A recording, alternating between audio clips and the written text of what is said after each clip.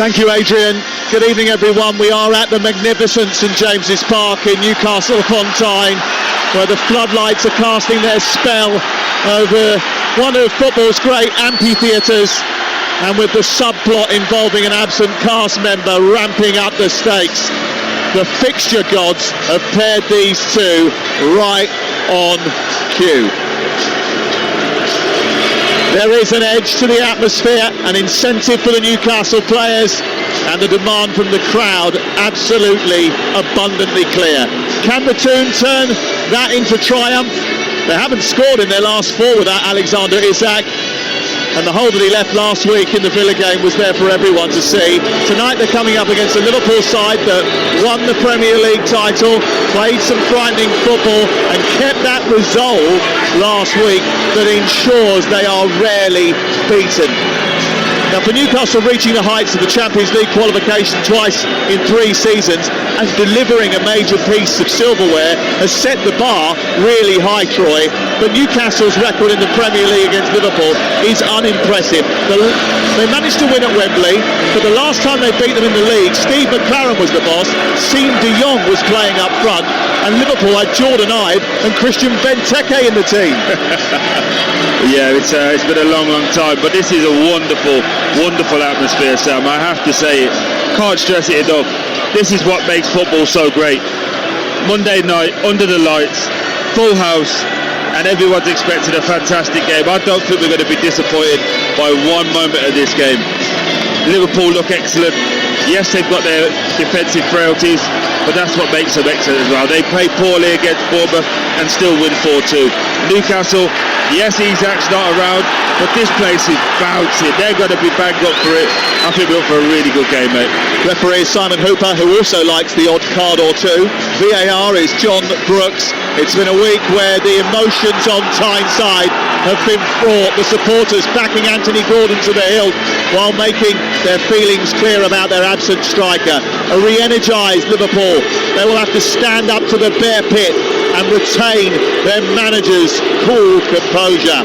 It's a game that defined Monday night football back in the day, and it may just redefine it again. The atmosphere is sizzling. It's Newcastle United against Liverpool, and it's only on Talk Sport. Liverpool about to get us up and underway. Red shirts, red shorts, red socks, shooting from left to right towards the Gallagher in the first half. It's the black and white stripes of Newcastle who win the first header with Dan Burn and head the ball to the halfway line, attacking the goal away to our left. Anthony Gordon shouldering the goal-scoring burden for Newcastle. Liverpool bringing back Gravenberch into the team and starting with Szoboszlai at right back. A long ball forward by Cher, sends the ball towards Anthony Elanga. Gordon picks up the pieces in midfield ahead of Jones, and Newcastle go immediately on the attack down the right-hand side. They get the ball to the edge of the Liverpool penalty area. It's won back by Kirkes, and then Gakpo tries to take it clear, but Tonali wires into a tackle, takes it wide towards the right, releases Elanga, low ball into the near post, put behind by Van Dijk. It's out for the first corner of the game.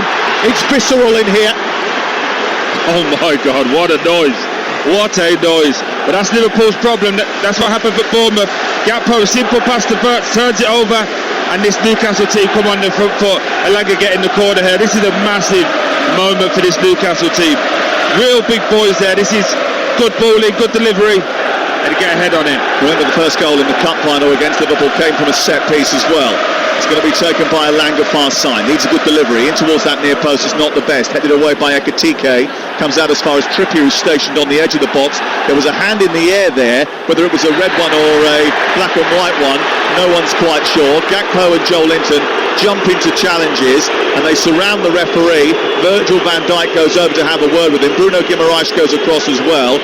Remember, the captain's arrangement this season means that the captains are trying to take the heat out of the situation. Joel Linton penalised, free kick to Liverpool away to our left-hand side. We've played just over 90 seconds. It's 0-0 on Talk Sport. And Troy Deeney, it's everything we expected the start to be. Yeah, exactly. I think Simon did that really well there, Simon Hooper. Really good refereeing. Could have easily gave a yellow card.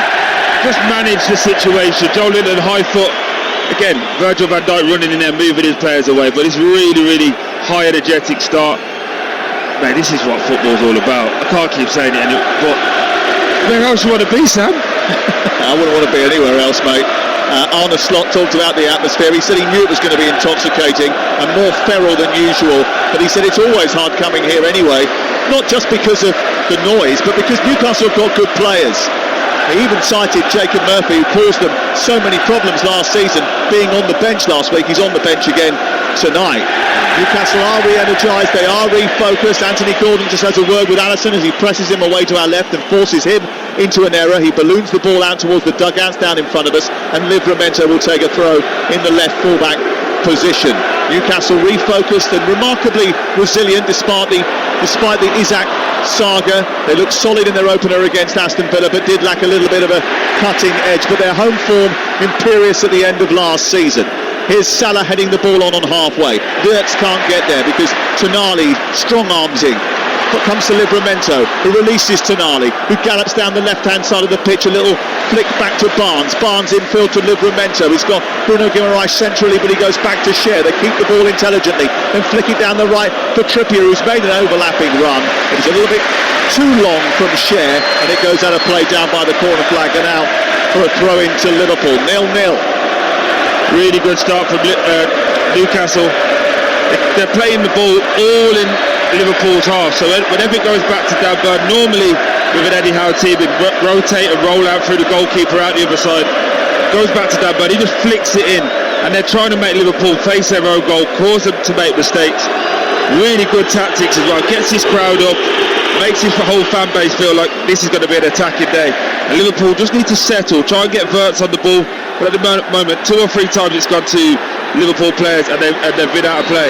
Burn comes across and gets there ahead of Ekitike. Tonali's gone wiring in on the halfway line, and he may well have just sitted through Florian Wirtz, and the free kick is going to be given in Newcastle's opponent's favour.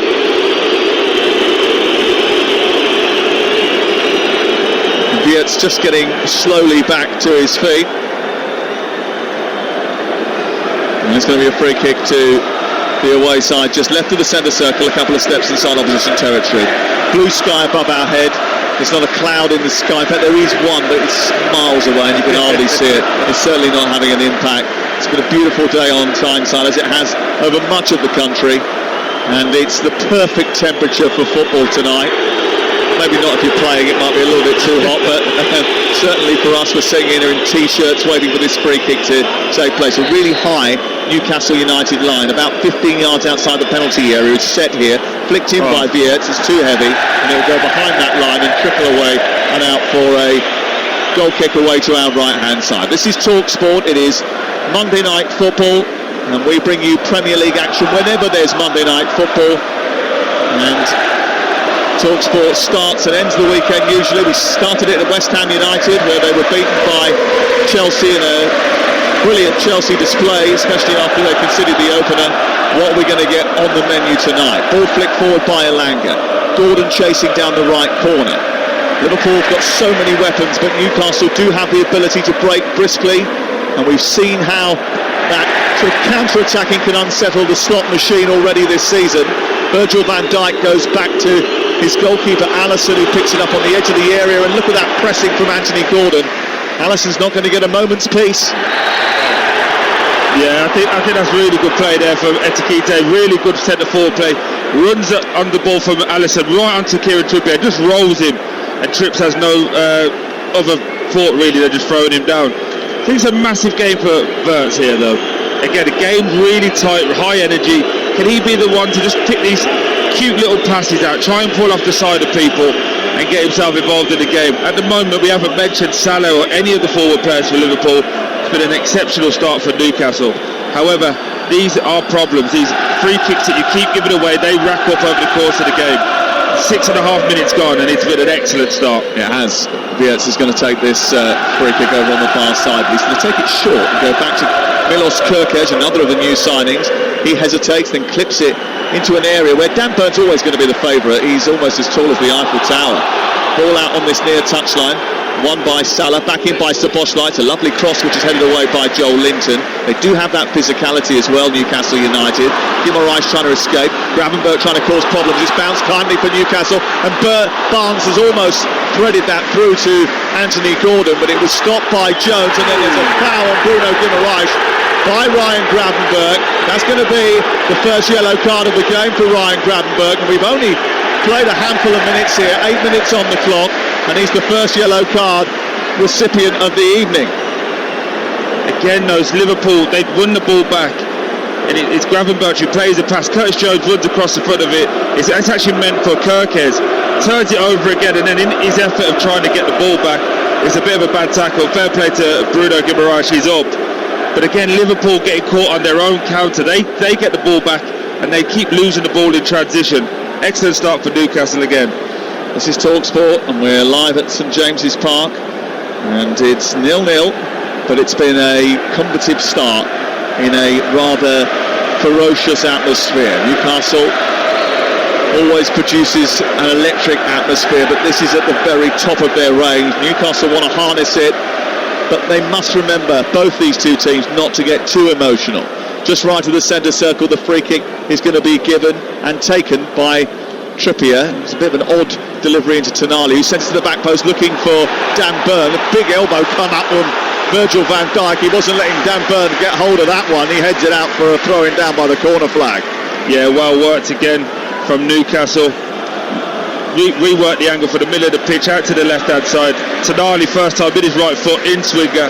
Virgil van Dijk, as you said, gets that big arm up and goes and wins it. Quickly taken throw. Back to Trippier down by the byline. Plays it against Geertz, and it goes off Trippier and out for a goal kick away to our left. The official over on the far side, very quick. The assistant Simon Long to lift his flag and decide that that was definitely going to be a goal kick to Liverpool. And Liverpool just, I think, trying to take the sting out of the game a little bit here, because they know that it's been such a fast start and such an energetic and passionate start from Newcastle without causing too many problems yet. But Alisson's just wandered into a little bit of bother. He did brilliantly to evade Gordon in the end, and then released the ball and beat the press, and then sent it long up towards Florian Wirtz, who got a little bit physical with Kieran Trippier and bumped into the ground, and a free kick is given just short of the penalty area on the right hand side as Newcastle. Look at it, lots of stops and starts at the beginning of the first few minutes of the game, Troy Deeney. Yeah, but again, it's both teams trying to set a trap and set a press. It's feisty, ball sent long up towards the edge of the penalty area, and before Harvey Barnes can reach it, Alisson just puts his body in the way, and he's shepherded by Szoboszlai. It goes behind and away for a goal kick away to our left. And do you remember years ago when everybody had a go at Newcastle for wasting time and taking their time over goal kicks? Well, Liverpool's certainly doing that, and Eddie Howe's getting irate about it now. But it's really good pressure from Newcastle. So what they're doing, they're putting Harvey Barnes inside with Gordon, and they're allowing Konate to play the first pass, but as soon as he plays the pass to Alisson, they're sprinting as fast as they can, trying to get down the line of it, and it's just forcing Liverpool to be hurried and harried, and then they kick the ball long, and because they're hurried and harried, it's going to Wirtz, who's not known for his heading ability. So there's a load of little small nuanced bits that are at play here, but Liverpool trying to take the sting out of it, like you said, manage the first 15-20 minutes of the game, let this Newcastle crowd settle down, and hopefully they can build into it. But for Newcastle, they've got to keep the pace. Sometimes when you wear the headphones that we use for the commentary, it can sort of amplify the noise that's in the stadium, so it can be, it's almost false, you get a false sense of what's happening. I just took my headphones off, and it is absolutely ear-splitting. There's no doubt that it's an outstanding noise, and certainly Liverpool felt the full force of it, but they've got to keep it up if they want to keep Liverpool under pressure, because they've crept up down that left-hand side, and they've got to throw in level with the edge of the Newcastle penalty area, which Milos Kirkes, the Hungarian, is going to take. And he's winding up for a long throw here as Van Dijk starts to wander into the penalty area, but Newcastle are going to be a little bit cute here. and leave Elanga and Gordon available for if the ball is cleared. It's sent towards Byrne. It's headed away, but there's no one to get on the end of it for Newcastle, so it goes back in towards Van Dijk. Byrne gets it now, heads it out towards his near side. Gordon comes back, tracks back, wins the ball, holds on to it. Now he needs to find a way out from the left full-back position. He's knocked over by Wirtz. It's going to be a free kick in that left full-back position. They stop play and quickly get going. And Bruno Guimaraes threads it through, looking for Elanga, but Alisson is quickly off his line. He raced off his line. He knew exactly what they planned there. And they tried to pierce that high Liverpool line very quickly and release Elanga, but Alisson was equal to it. It's still 0-0. Yeah, really cute from Newcastle. What they're doing there with that throw-in is having pace and power up there, so it makes Liverpool bring 4 people back. Also, you've got the biggest player, the tallest player on the pitch, and Dan Burn, who can go and head it. So now it makes Liverpool have to think, what are you going to do? And Virgil van Dijk just get a little bit frustrated with his Liverpool teammates not having the composure on the ball to think about these things. Gakpo wins it, midfield, takes it down the left, plays it into Wirtz, and it's on to Ekitike, and then the ball back to Gakpo isn't good enough. It's cleared by Trippier, comes back into the penalty area. Cher tries to get it away, but gives it to Ekitike. He finds Wirtz inside the area, right-footed shot, palmed away by a diving Pope and sent out for a corner, the first of the game for Liverpool. Well, for the first time, they were a little bit untidy at the back there, Newcastle United. They gave an opportunity to Liverpool. You don't want to do that very often. Florian Wirtz had to be stopped by Nick Pope. And it's really cute as well. He's used Cher as the guy that just spun it to the far post. Again, just showing the game management from Liverpool here. Wirtz just walking, literally walking from one side of the pitch to the other to take this corner. And you can hear how the crowd is getting really frustrated. Liverpool managing the game really well.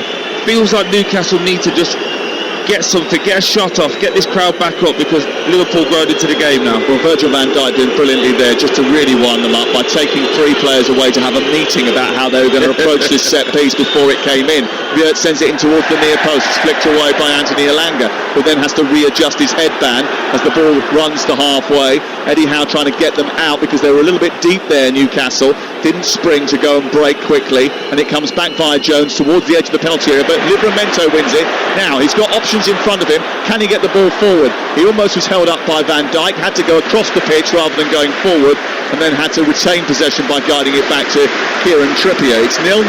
You're listening to TalkSport. Newcastle United against Liverpool with Sky Sports, and don't forget that with now you can stream all the Sky Sports action flexibly, like Newcastle versus Liverpool live right now. Search Now Sports and breathe. A couple of times Liverpool have worked into good areas. It just needs a nice floated diag into the box for Karate or Van Dijk to attack, and both times they've hit either Dan Burn, who's the biggest player he could hit, or put it short where Livramento could run out.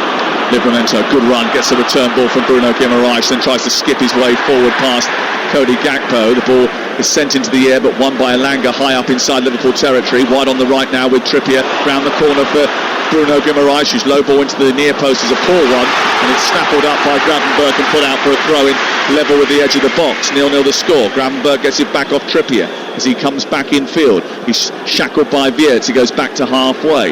It's into Dan Burn, and then back to the right, and then Fabian Cher. And who's that down there coordinating things? Murphy, as Elanga tries to get in round the back. He turns it in towards Joel Linton, who flicks a foot at it and misses it. And it goes through the 18-yard box, and it's cleared away. Back into Guimaraes, edge of the area. Gordon trying to get away. He gets into the box. He turns away from the challenger Konate. Draws the challenge of Szoboszlai, and it's going to be a free kick on the edge of the penalty area. He knew what he was doing there, Anthony Gordon. He made the body shape to turn into Szoboszlai, so that he had to commit the foul, and the free kick was awarded right on the angle of the penalty area. Yeah, he's played that really well there, and that's infuriated Arnie Slot, because he actually doesn't play the ball. No one actually gets a touch on it, but as soon as Gordon sees the Szoboszlai coming, he just turns. Interestingly though, we've got Murphy down here warming up, going through it with his top on, so potentially an injury somewhere in this Newcastle team. Well, it was coordinating how they should be operating as well. He was almost coaching from the sidelines just before that ball was played down the right, and the attack came through towards Joel Linton, who miskicked it as the ball was cut back by Elanga. But they've had a good chance there that they didn't take, and now they have a free kick on this near touchline. You're listening to TalkSport. It's 0-0. Tonali with a free kick just left of the penalty area, right-footed, drills that ball through the box, and it goes right out the other side and through the box and into left-back position for a throw-in to Liverpool. I mean, he brought the hammer down on it, but there wasn't much direction attached to it. No, he looks like he hit that one off the old bunion. That one went nowhere near where he wanted it to go. Troy knows all about bunions after Celebrity SAS. Yeah, he's got that one all wrong, but keeps Liverpool pinned in their half again. Just watching Arnie slot down to our left-hand side, he's really frustrated with the lack of composure that this Liverpool team has. Oh, that's not a foul. Ekitike being told that he was pulling a shirt, and the referee explaining to him why he's given the free kick in Newcastle's favour. There has been quite a stop-start nature to the first 18 minutes of the game so far, but it has been fiercely fought. 60% possession for Newcastle, 39.5% for Liverpool, who kicked off their title defence with a win against Bournemouth 10 days ago. The Reds have not won back-to-back league titles since 3 in a row between 1981 and 1984. Does just feel, though, gave him credit earlier, Simon Hooper, for managing this, but he is giving everything now, where he's got to let it go a little bit, let this crowd and let the game flow. It's becoming a bit too much about him at this moment in time. Free kick, 4 steps in front of the centre circle. It's just about an inch right of centre. It's sent low into Bruno Guimaraes, who tossed it into the box. And again, not a great delivery, not a great well-worked free kick routine. And then there's another free kick given against Liverpool, which bemuses the Liverpool players, and it results in Virgil van Dijk being called over by Simon Hooper so that he can explain the situation. Van Dijk is protesting. The Liverpool bench are protesting to the 4th official, who is Tony Harrington, and that looked a little bit soft. The problem is, it's exactly the same foul he's just given for Ekitike, so he has to give it because he's just set the precedent. I'd be really interested if I was Virgil van Dijk now if these are going to be given the other way, because they haven't so far. Any time that Newcastle players have done that, Trippier and the like, it is a shoulder to shoulder. For me, it's Salah on Livramento, isn't it? Coming from the wrong side. Is that a foul in this type of environment with this type of game? For me, it's not. But now Simon has left himself a little bit open because he's giving them more, and I think he's going to have to start balancing it out the other way as well, because he's been letting Newcastle get away with it in this first 15-20 minutes. Well, we mentioned that Virgil van Dijk pulled over 3 players to have a discussion about what they were going to do with the set piece at one end in front of the Gallagher about 5 minutes ago. Well, Kieran Trippier has pulled over 7 players to discuss how they were going to choreograph this set piece, which is right in the middle of the Liverpool half, like smack bang in the middle of the Liverpool half of the field. Dead centre, Trippier to take it, sends it over the top. It's over the top of everybody and floats straight through into the arms of Alisson. And it's one of those meetings that you probably didn't need to have. Yeah, we've all been in them. Well, the referee now has told him to put the ball down. What's going on here? Was there an encroachment? Basically, if the goalkeeper's got the ball in their hands, we know about the 8-second rule here. Now, because Anthony Gordon tried to stop him from releasing it, an indirect free kick has been given.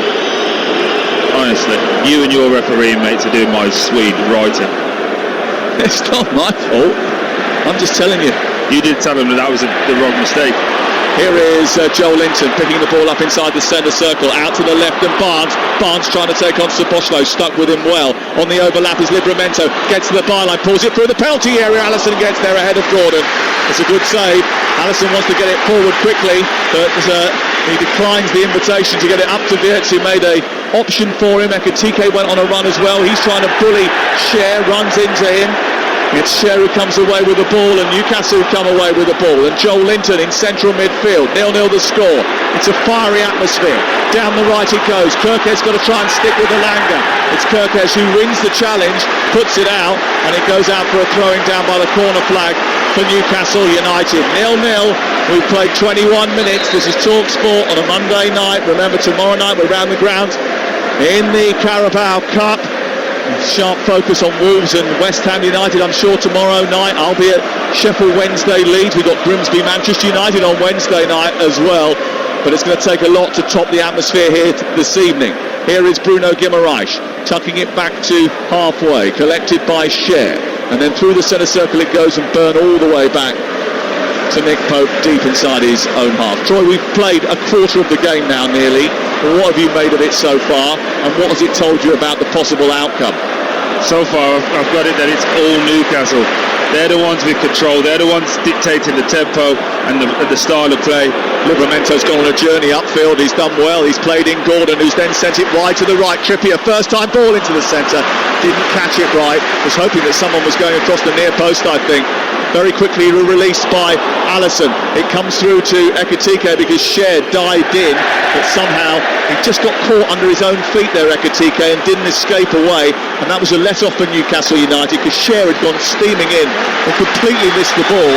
And if he had been able to take that in, Troy, he was galloping into free space. Yeah, he was. Again, it's just unfortunately hit the back of his standing foot. For me, I think the issue now... Oh, Simon. He's blown for a foul, Simon Hooper, for the challenge by Szoboszlai on Livramento. Livramento clipped the ball forward from just inside the Liverpool half. He actually got the ball all wrong. It was going down the inside channel. It was going miles away from Barnes. It was going to go straight to Alisson. But the referee decided that was a foul by Szoboszlai and he's given a free kick to Newcastle United. Arne's not happy. He's coordinating his defence here now. And he is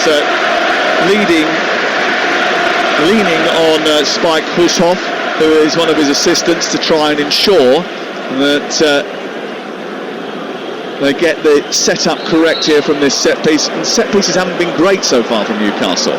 Trippier left of the centre circle, floats it in. There's a bit of a push and a shove and a free kick given against Dan Burn for a challenge on Konate. Ironic cheers from the Liverpool supporters who are high up away to our left in the Leesy's end, almost on that one cloud that's still dotted around, and it's a free kick to Liverpool. I was just making my notes here and I was put Liverpool no control in the midfield, and I was just thinking 3 or 4 times the ball's gone to Curtis Jones and he's given it away, and there Ekitike had the ball 1 versus 4 Newcastle players around him. He's looking at Curtis Jones and he doesn't look up to speed, he doesn't look up to tempo, and again it's difficult when it's this early in the season. Obviously he's been trying to get fit as well, but he just needs a little bit more in the midfield for Liverpool, and that probably missing McAllister is showing in a game like this at this moment in time. Liverpool have conceded 7 fouls in the opening 20 minutes of the game, the most in the first 20 minutes for 2 years in a Premier League match. They're rattled. Here is Alisson kicking it long, flicked by Ekitike into the path of Gravenberch, immediately snappled up by Joel Linton. Oh, he's got the physical measure of him. He picked the ball off beautifully, played it to Burn, down the left it goes, Newcastle on the attack. Szoboszlai stood in Barnes' way, pinched the ball, took it back towards the corner flag. He's going backwards rather than forwards, then intelligently a little back heel into space for Gravenberch to help and get it clear. Salah, lovely ball into Ekitike, beautiful, tries to turn it round the corner, but Burn is there, he won't give him any wriggle room, and it's won by Gordon, who's dragged to the floor by Konate.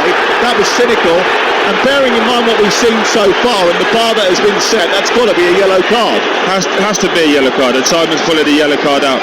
But again, Newcastle just got that momentum, really good pressure from Dan Burn there, goes in tight with Ekitike. If Ekitike could get that at his feet, Newcastle are in trouble there, because that's 3v2 in Liverpool's favour. And I just made a little note there, that is what they want Isak for, because Isak will play that first time.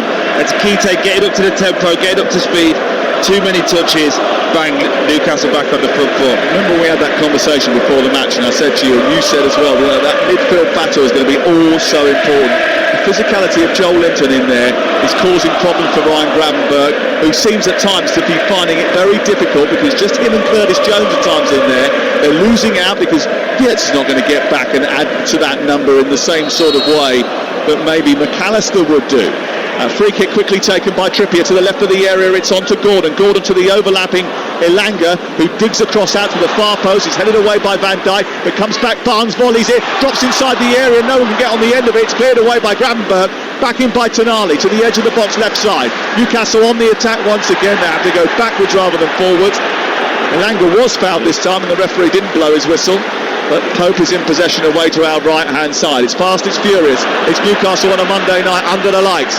It's chested down by Bruno Guimaraes. Gakpo wins up and takes on the loose ball. Salah's in loads of space on this near side if they can find him. He takes it down and runs to the edge of the penalty area. Joe Linton gets back. He's coming on his left foot. He slid the ball to the left towards Jones, but Livramento has read it, intervened and dragged Newcastle United up the pitch and away out of harm's way. It's excellent work from Tino Livramento.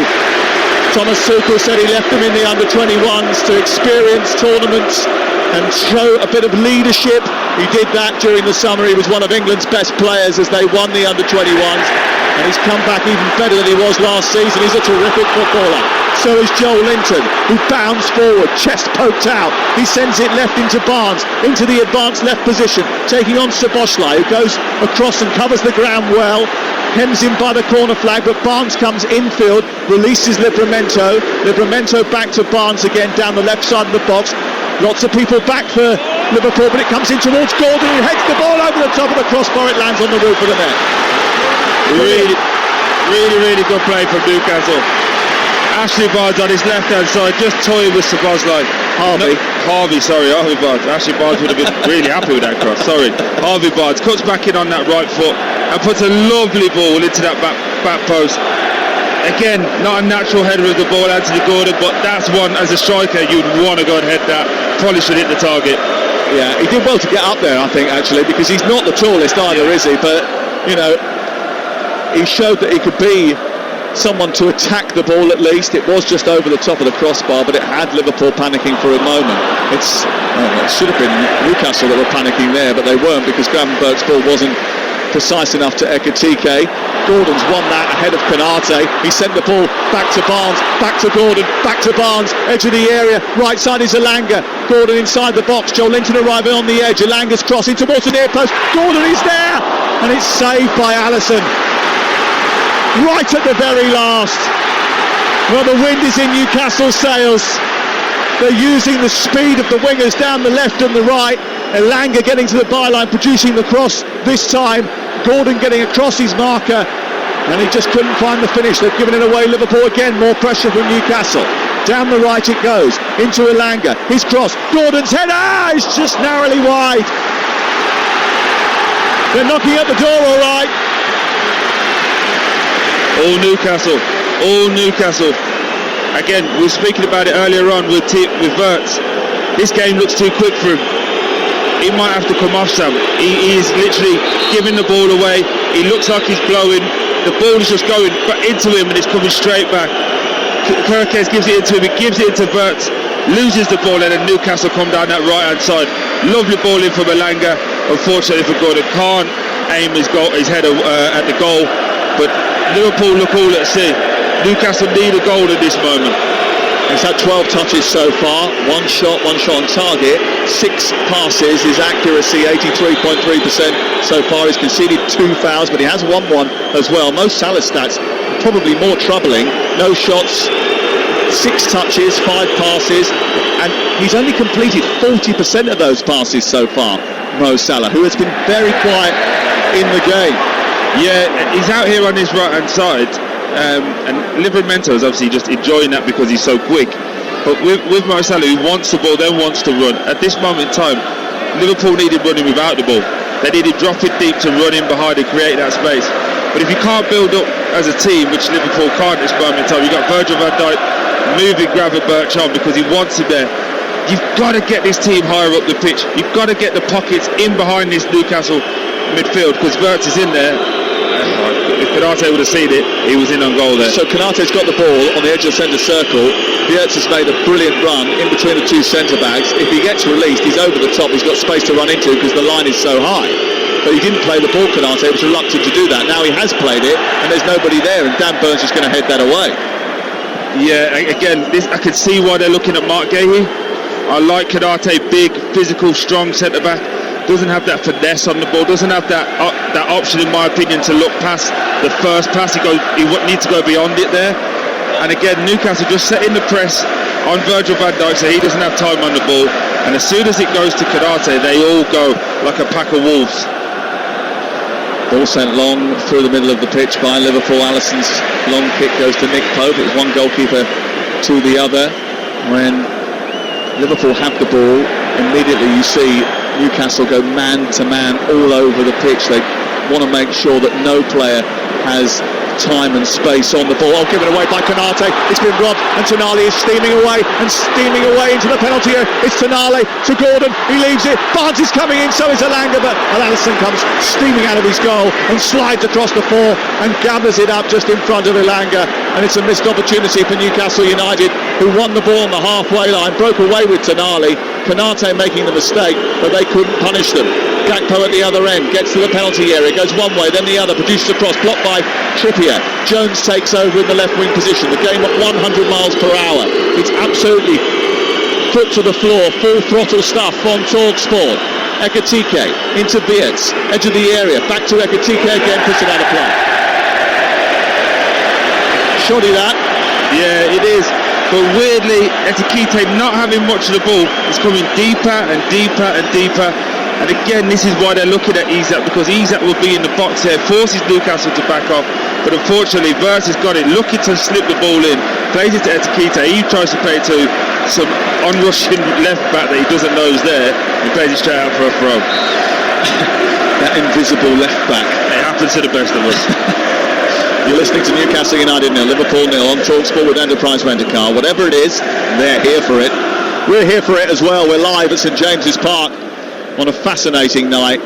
So much intrigue and so many subplots to this game. Of course, Ekitike could have been in Newcastle black and white.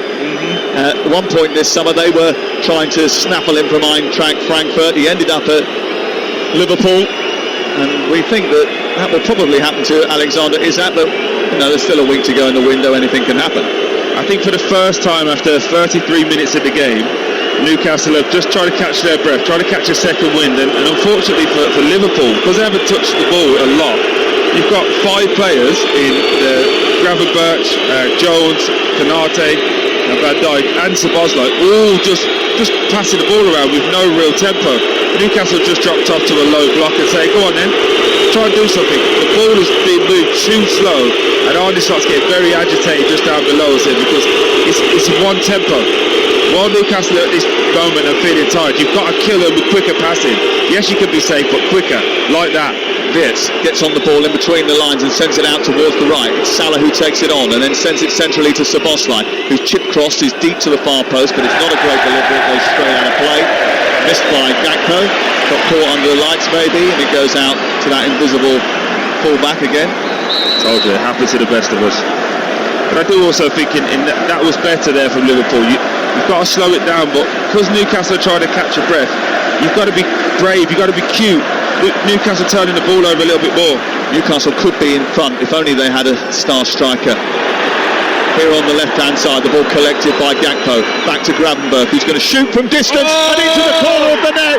It's a brilliant goal from Ryan Gravenberch, and he puts Liverpool into the lead against the run of play. His last goal was against Fulham 18 months ago, but that just might be worth the wait for those Liverpool fans right at the top at the Leesy's end. He had too much space on the edge of the penalty area. He came across and got it onto his right foot, and Nick Pope was stranded as he arrowed it into the corner from 25 yards. And despite the fact they've had hardly nothing in this game up until this point, Liverpool lead by a goal to 0. Great goal, great goal. I thought he should have got the shot off earlier, Sam. It did, and it comes from a throw from Trippier. I was just speaking about Newcastle making more mistakes. Trippier tries to throw it into Joe Linton. Joe Linton wants him to throw it long. Gravenberch steps in. As he takes his touch, he can shoot. He chops, he has a look, takes another step inside, goes through the legs of Gordon, straight to the bottom corner. No chance for Nick Pope. What a finish. I mean, it's absolutely pinpoint in terms of accuracy. I don't think Nick Pope saw it coming. Suggestion it took a tiny little flick, but I don't think it deviated the ball too much. It was always going in that corner, and he was stranded. I think his view of the kick taker Gravenberch was obscured by Cher on the edge of the penalty area. Here's Salah coming down the right, looking for Wirtz. It's cleared away by Byrne. Only as far as the goal scorer Gravenberch. Liverpool lead by a goal to 0. Ryan Gravenberch with an assist from Cody Gakpo. The first real effort that either goalkeeper really has had to deal with, apart from maybe that effort that came off Gordon and into the arms of Alisson from the cross from Elanga, but really in terms of shots from Liverpool, that was the first we'd seen. Yeah, and I think as well, I don't know what you think, Sam, it's the first real bit of momentum of Newcastle just tiring, just feeling a little bit that they can't keep this 100-mile-an-hour pace up all the way through, and the first time they dropped off and allowed Liverpool to play, they punished her. That's why this Liverpool team is so good. Yeah, well, it was a really good finish from a man who doesn't score too many goals in Ryan Gravenberch. It's a long time since he was on the score sheet, but he's on it tonight, and it's taken 35 minutes for Liverpool to get ahead. Nick Pope's just come out to the right full-back position, and he has shanked it into the stand opposite us. We saw that left winger again. I think that's one of the reasons why they're a little bit concerned about who they should play in goal. That's why they've signed Ramsdale, to put a bit of pressure on Pope, because his footwork with the ball isn't great. I mean, he's brilliant at shot stopping, usually, very good at that, but with the ball at his feet, he's not the best. No, I agree with that, but I think for everything else that he offers you, you have to play him, in my opinion. Commands his area well, a good shot stopper, as you said. Here is Guimaraes on the halfway line, sending it into space for Elanga, but it's too heavy. And I just wonder whether or not, actually, they started the game so well on their front foot, they used a lot of energy, they expended a lot of energy to get themselves right into the faces of Liverpool. Whether that's just having an effect now, but Tonali's won at edge of the area, tries to get the ball across the face of goal, it's blocked by Virgil van Dijk and bounces into the right wing position. Mistake by Liverpool almost cost them dear once again. Elanga's got it back, right-footed, his cross towards the far post, and Szoboszlai is forced into putting it behind and away for a corner kick in front of Elise's end away to our left-hand side. Yeah, again, ball into Florian Wirtz, tries to send it down the line for Salah. Unfortunately, kicks it off his standing foot, puts it straight into Newcastle. Good defender at the back post there from Szoboszlai as that ball comes in from Elanga. And Simon Hooper just sorting out a bit of pushing and shoving away to our right-hand side, left-hand side, but to the Newcastle right side of the penalty area, and it's Dan Burn being marked by that giant Mo Salah. They're just, what Liverpool have learned from the cup games, they've not allowed Dan Burn to get a free run on anything. So whether it be Salah, whether it be Szoboszlai, they're not allowing him to get a free run. Dan Burn trying to get away from Mo Salah, getting free and then winning the header, sending it back across the face of goal, but it wasn't an easy header because he was being blocked off by two Liverpool players, and it goes behind and away for a goal kick away to our left. It's currently Newcastle United 0, Liverpool 1, and for the latest odds you can head to Ladbrokes, where right now you can get Newcastle to win the game at 5-1, Liverpool 2-1 on to go and complete a victory here. 29-10 the draw. That's all thanks to Ladbrokes 18+, BeGamble.org. And of course this season we've got a new innovation. In fact, the Premier League is trialling, it's part of a FIFA trial of RefCam, which I know you're very excited about, because you're always just having a go at the refs and what they bring to the party, but they bring a great camera angle now with that cam, and we saw a replay of the goal, and it's absolutely terrific, isn't it, watching it from that angle. That's not terrific from Anthony Gordon, who swiveled just on the edge of the centre circle and fired the ball out towards this near side. It was too hard for Barnes to retrieve, and it goes out and away for a throw on this near side. On his slot, just letting Simon Hooper know, when the Newcastle players have been going down, as he said, a little bit easily, or diving, as he's tried to articulate, Florian Wirtz isn't getting looked after. In fact, there was a foul on him there as he gets away from Kieran Trippier. Again, it's a really scrappy game, but a game that Liverpool were really happy with this first half. Yes, they've had no control. Yes, Newcastle have been the better team, but they've taken the energy, they've ridden everything that Newcastle have got to offer, and now they're ending this half so much stronger than Newcastle. 5 minutes to go before the break. Florian Wirtz has it on this near side. He tries to cut back towards halfway, gives it to Szoboszlai, and then they keep hold of the ball. One thing that Newcastle know, that they do have a vulnerability though, Liverpool at the back. Even in the title-winning season last year, Liverpool were the first champions to concede more than 40 goals since Manchester United in 2012-2013. But they're really, really brave in the press as well. That's Szoboszlai being pressed by Livramento 25-30 yards out. They're absolutely just leaving 3v3 at the back and saying, go on then. Oh, Trippier's misjudged that, and it's been taken down beautifully by Cody Gakpo. Out the sky, he runs to the edge of the area, gives it back to Salah. First time ball missed by Jones, who was coming in on the penalty spot. It went through his legs. He only had to touch it firmly into the far corner, and it would have been 2-0. It was a wonderful Liverpool move, misjudged by Trippier in the right fullback position, but from there Cody Gakpo taking full advantage, steaming up to the edge of the penalty area, releasing Salah. First time ball into Curtis Jones. I mean, that's gone through his legs, I think. Yeah, he's gone with his right foot, he's missed it, it's gone through, but him missing that has then made Etikite not notice at the back post that it's ran through. But wonderful play from Liverpool. That's what happens when you get it right. Newcastle have been really brave, really aggressive with the press. That ball in, as you said, Trippier misjudged the header, but it then leaves Cody Gakpo. They're driving at that back line. First time pass into Salah. Salah then does the same, first time pass, and they could have scored what would have been arguably the best goal, counter-attacking goal of the season so far. Yep, we're into the second week. This is the final match game of the second week of the season. Liverpool leading by a goal to nil here, hoping to follow in the footstep of Arsenal, who won at the weekend. Ball on the left with Barnes trying to go down the left side of the penalty area. He's got support from Livramento. He's being tracked by Szoboszlai, who does brilliantly, by the way. Absolutely superb. He has been dogging his determination to try and make his mark at right back tonight, playing in an emergency position, and he's done super to shackle Barnes on that occasion. They have had 6 shots in the game, Newcastle, only 1 on target. I mean, that just sort of underscores everything that we know is a problem with Newcastle at the moment, doesn't it? Yeah, it was the same at Aston Villa, wasn't it? They started the game, they dominated it really well, but just couldn't get that finishing clinical edge. I think they've been excellent from a press, from getting after it, from keeping the crowd involved.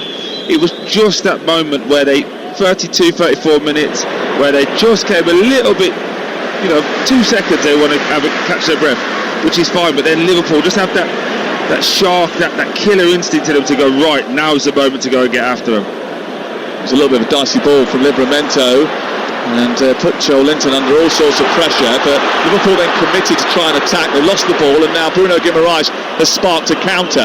He sent the ball wide to the left. Barnes is immediately chased down by Szoboszlai. He turns and Livramento joins the attack, gets to the byline. He's got Jones for company, and Jones has picked his pocket and turned the ball to the edge of the penalty area and cleared it away. But Liverpool do lead by a goal to nil. That's a poor header, and then Salah, who was fouled by Byrne, looked to escape, didn't get away, was fouled again. Dan Byrne's getting a yellow card. He could have got 2. Yeah, a little bit cynical from Dan Byrne there, knowing that he was in trouble.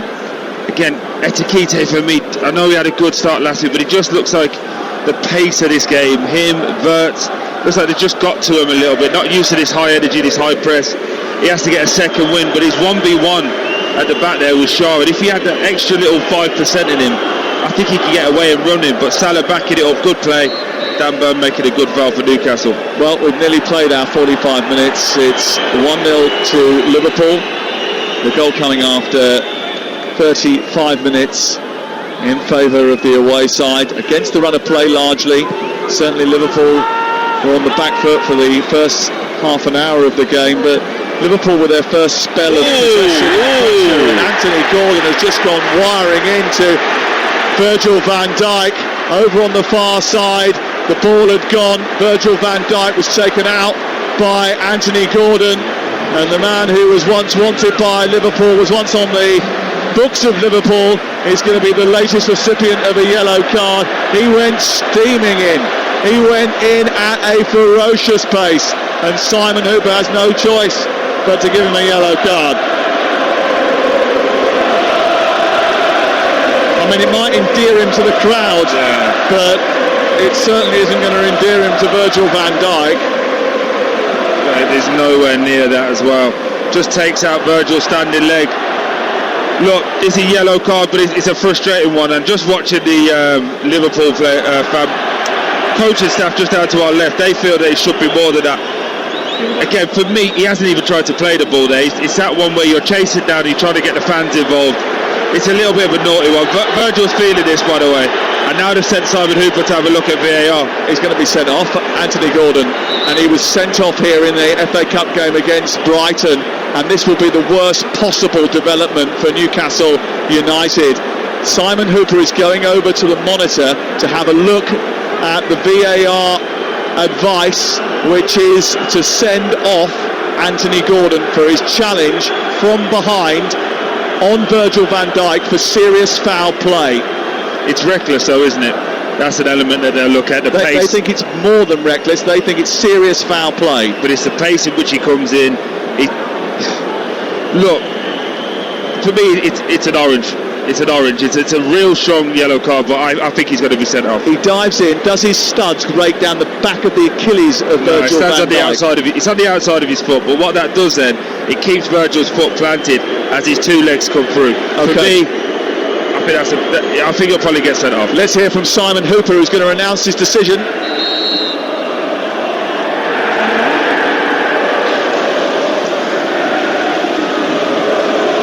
After review, Newcastle United number 10 commits a serious foul play challenge. Commits contact on the Liverpool number 4's calf. My final decision is red card, Newcastle United number 10. Anthony Gordon has been sent off by Simon Hooper. It's his second red card in this stadium in 6 months. He's dismissed, as predicted, that there would be a sending off by Troy Deeney pre-match. It's the 10th red card in 27 meetings between these two, and Newcastle United, already a goal down, are going to have to play the whole of the second half with 10 players. It was an over-energetic challenge. It was a dangerous challenge according to the referee, and now Newcastle United are handicapped. They're down to 10 players, and Liverpool, who were already favourites after taking the lead, are big favourites now. Yeah, 100%. I think, look, Virgil van Dijk there has played a cute one as well. He went down 2 or 3 times to make sure that VAR had a look at it. You can't argue, can you, really, Sam? He's not in control. The pace, the tempo. I've been there as a striker as well. You want to get the fan base up. He's gone from left back to left centre half to the goalkeeper, all the way up to Virgil. And he's thought, I'm going to leave a little bit on you here. We'll get the crowd up and say that we're going to be here. And now, that lonely moment when you're in the change room on your own, you start to think, oh my God, what have I done? Everyone's going to be hating me now. It's a long uphill battle now for this Newcastle team, but for Liverpool, this is perfect. Yeah, I think it was a really stupid red mist moment from Anthony Gordon, who thinks he's trying to sort of set the tone and try and get the crowd back on side, but actually what he's done is he's flipped the narrative completely now. You know, 1-0, you've still got a chance of getting back in this game. This is a Liverpool team that concede chances. They threw away a 2-goal lead last Friday night. Against 10 players, the best team in the country are really unlikely to throw away an advantage. Yeah, and I think what you'll see as well now is a half-time chat and a half-time talk here of just, okay, let's control this, because Newcastle are going to have to try and stay in the game, aren't they, as long as they can. They can't go pressing the way that they did. If they will, they'll always have a spare man. So I think it's going to be a case of Liverpool moving the ball with tempo, tiring them out for 15, and we could have a second half here that just, unfortunately, ends up being Liverpool running away with it with 2 or 3 goals. Now, I know we tried to bring you the referee's announcement, but I don't think his microphone was working particularly well, and it was a bit of an issue, but I think he was trying to say that it was because of the fact that he landed on his calf. Yeah. And that was the reason. And anything above the ankle, if you've left the ground and you make a challenge from behind above the ankle, it is going to be deemed serious foul play. Look, again, sound like one of them old players. In my day, that was a yellow card and a bit of a livener. But the way that the game's gone now, it is a red card, and he's not going to be able to overturn it. It's a season-defining moment already for Newcastle now, and probably Isak sending him a message saying, "Nice one, mate." Well, the other thing is again, you know, and he's had a bit of an issue in terms of getting going with rhythm. He's going to miss 3 more games. Here's Salah into the penalty area, cleared away. You remember at the end of last season, he was having a bit of an issue because of the fact that he didn't have all of those games under his belt because of the injury and the sending off, which led to a suspension. He's 200 days since his last Newcastle goal. It's going to be a lot longer to wait for it now after being sent off in this game. The half-time whistle has gone. Liverpool want to take Newcastle's best player. They want to take all 3 points here as well. Ryan Gravenberch has scored the only goal of the opening 45 minutes. The 45 minutes that actually started really well for Newcastle United, but it ended terribly. A man down, a goal down.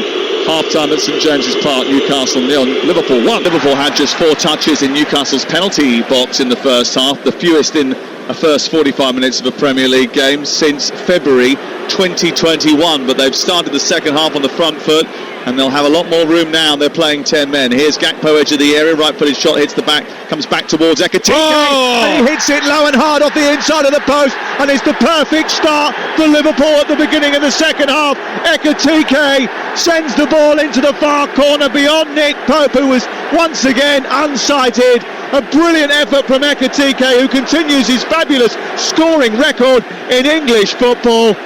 We knew there were going to be fireworks tonight, and Ekitike has just exploded a big red pyrotechnic past Nick Pope in off the post to make it 2-0. And Newcastle's night, which saw red just before half-time, is going from bad to worst. Again, really good play from Florian Wirtz there. Little ball round the corner into Ekitike, gets him on the half turn. He drives in there, gives it to Gakpo, has a shot. Little bit of fortune that it comes back to him. Instead of taking another shot, just leaves it to the right hand side. As it comes to the right hand side, Ekitike, edge of the box, as cool as you like, just passes it off the inside of the post and in. Again, nothing Nick Pope could do in the goal, but what a start to the second half for Liverpool. Well, it was good to be here to witness it. Unlucky I was. Arne Slot wasn't. He'd only just came out for the half-time break. Now, what's going on here? A yellow card for Bruno Guimaraes. He wants a sending off because he believed that Barnes had gone through to the edge of the penalty area, was brought down on the edge of the box. There should have been a foul, according to Bruno Guimaraes. Joel Linton sent it down the inside right channel. Barnes was pushed over by Konate as he was looking to get on the ball.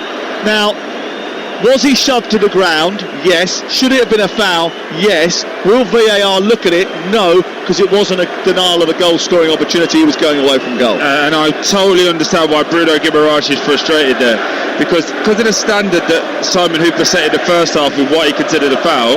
That's 2 hands in the back push there from Konate. And in my opinion, that is a goal-scoring opportunity. Do you think Barnes is getting onto that. He's running in one-on-one with the goalkeeper. So they should look at that. They have to look at that, in my opinion. Well, I was trying to clock exactly how many seconds it took for Liverpool to score that goal. I mean, because that is...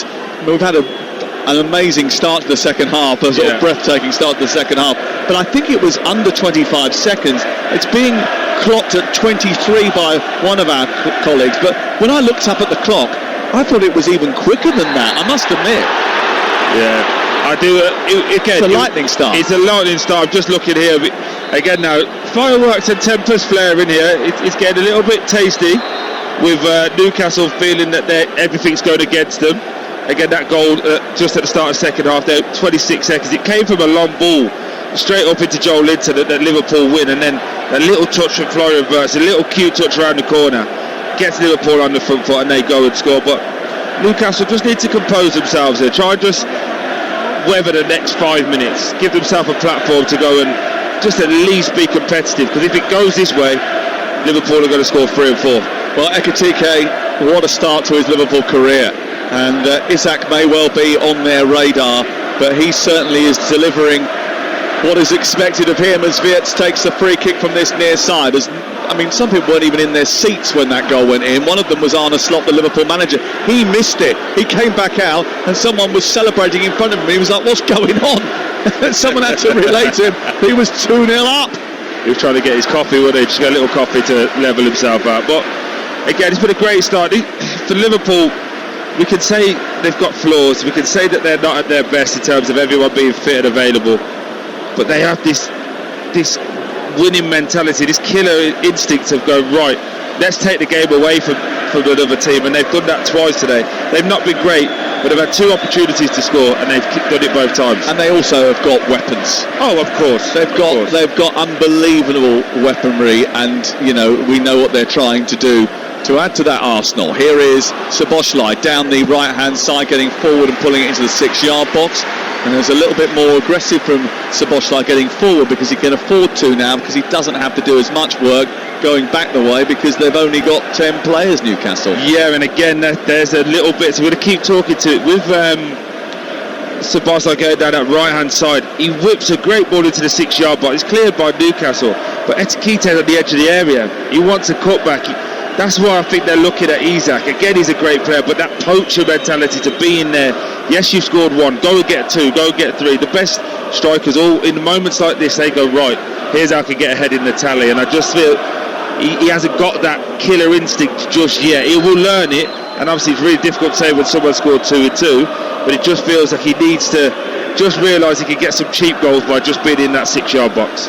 We'll come back to that in just a second. Newcastle 0, Liverpool 2. Pope is the Newcastle goalkeeper. They're attacking the goal towards the Gallagate, away to our right in the second half. Black and white striped shirts. Pope in goal, Trippier, Cher, Byrne and Livramento, Bruno, Tonali and Joel Linton in midfield, with Elanga and Barnes going forward. Gordon has been sent off. Liverpool all in red with thick white trim, attacking the Leeds' end to our left. Alisson the goalkeeper, Szoboszlai, Konate, Van Dijk and Kirkes, Jones and Gravenberch, Salah, Wirtz and Gakpo behind Ekitike, who has scored his 3rd Liverpool goal today. 1 in the Charity Shield, Community Shield, 1 in the game against Bournemouth, and 1 here at St James's Park, where he could have been during the summer if things had gone differently. And if you look at the statistics, I know that Ekitike and Alexander Isak are almost practically statistical twins according to playing style. Opta stats showing that Ekitike was an 84% match to Isak last season, making him the closest striker match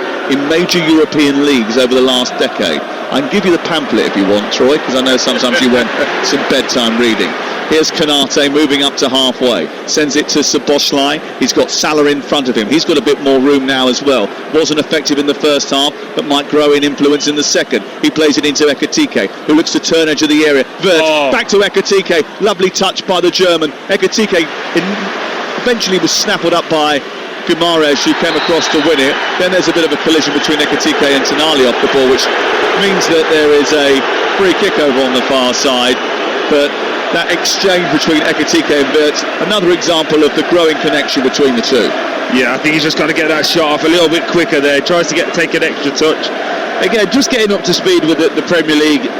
In Germany, you get a little bit more time on the ball, and especially in the box, no one wants to make a foul, because obviously on the continent, the more contact is obviously a penalty. But those little touches from Wirtz, that's why they paid for that little bit more extra premium to get that quality. That just shows a level above. I've been on the pitch when David Silva, Santi Cazorla, Ozil, Kevin De Bruyne, those guys do those little things there, and you just go, oh my God, I didn't even see that. How did you do that? Tonali just having a shirt repaired, is he? What's happening there? His shoulder is hurting. Yeah. Maybe he's whacked it. It hasn't come out, has it? I think it's just the way that he fell. I think it looks like he's foul. Yeah, his shoulders popped out. Oh, he's got to have attention. I hope that isn't a dislocation, because if it is, that can cause you a real problem. It's very, very painful, and sometimes the pain will linger for a little bit longer than you hope.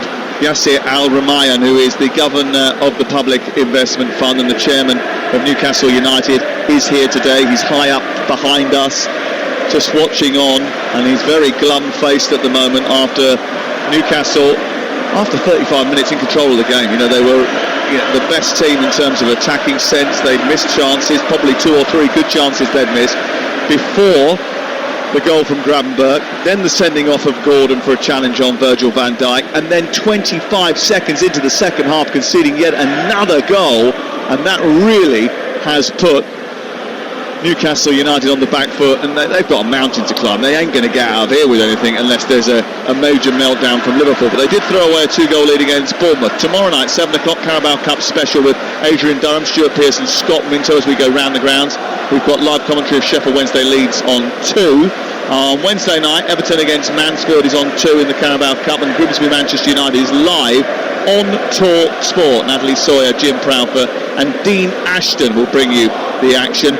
Friday night, Leicester Birmingham's on 2. Saturday, I'll be at Stamford Bridge with Reshmin and Stuart Pearce as we bring you live coverage of Chelsea Fulham. We've also got Middlesbrough Sheffield United, and Game Day takes you round the grounds with Adrian. He's got Troy, Darren, Ben and Mickey Gray alongside him. Is there money left over in the budget at the end of August to be able to get all those through? I'm cheap and cheerful.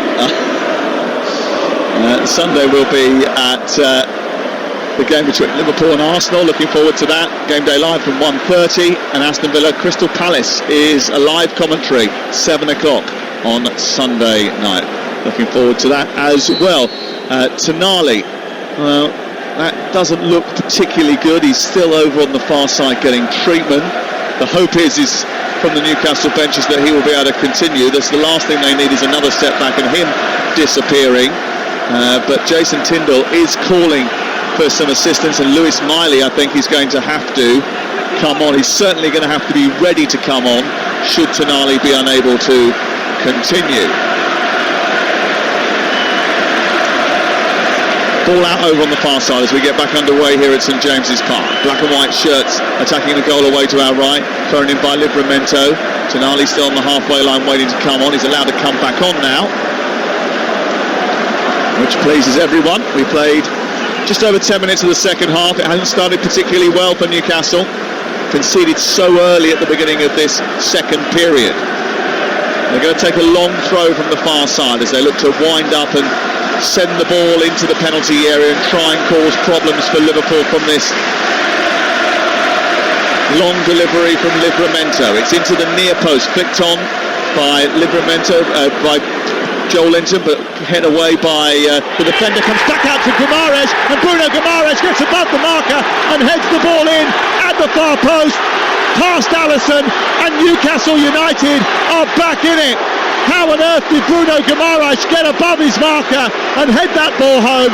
Pure desire, pure desperation and commitment on behalf of the captain, and Bruno Guimaraes rises the highest and heads the ball beyond Alisson to make it 2-1 and drag Newcastle back into the game.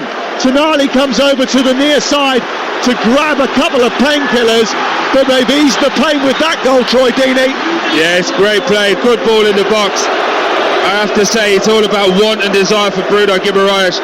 Awful defending from Kerkez at the back post. Just tries to lean his body in, and Guimaraes just gets over the top. Bang! There's a striker that used to do that back here, Alan Shearer, do you remember him? Right bad. What a finish.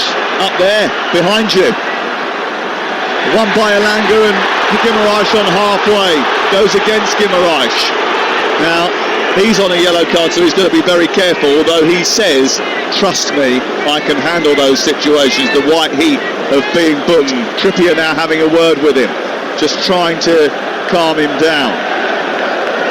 Usually the captain is the one who has to calm everyone down, but Kieran Trippier, I think, has obviously been a captain before here, and he is the leader, one of the leaders in the group.